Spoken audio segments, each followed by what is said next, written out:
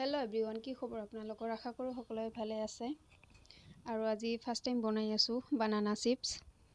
আচলতে জীৱনৰ সকলো কামৰ আৰম্ভণি ঘৰৰ পৰা হয় যিহেতু, সেয়ে ভাবিলোঁ কিবা এটা বনাওঁ।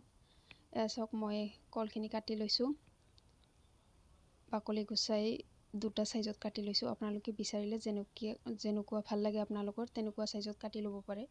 তাৰপিছত ইয়াতে মই অলপমান পানীত নিমখ আৰু হালধিৰ গুড়ি অকণমান মিক্স কৰি ল'ম, যিহেতু কালাৰটো আহিব আৰু নিমখীয়া হ'ব।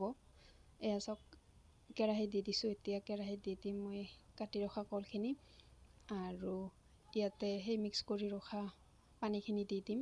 তেতিয়া সেই নিমখৰ সোৱাদটো আহিব আৰু কালাৰটো ধুনীয়া হ'ব। এনেকৈ ভাজি ল'লোঁ। এয়া চাওক, দেখাত ইমান ধুনীয়া হৈছে আৰু সোৱাদ বহুত টেষ্টি হৈছে। আৰু ইয়াত আপুনি চাট মছলা আৰু জলকীয়া গুড়ি অকণমান এড কৰিব পাৰে, আৰু আপোনালোকে বিচাৰিলে এনেও খাব পাৰে। এয়া চাওক, ইমান ধুনীয়া হৈছে দেখাত আৰু খোৱাটো বহুত টেষ্টি আছিলে। আপোনালোকে বনাই খাব। ভিডিঅ'টো কেনেকুৱা লাগিল জনাব। Bye bye.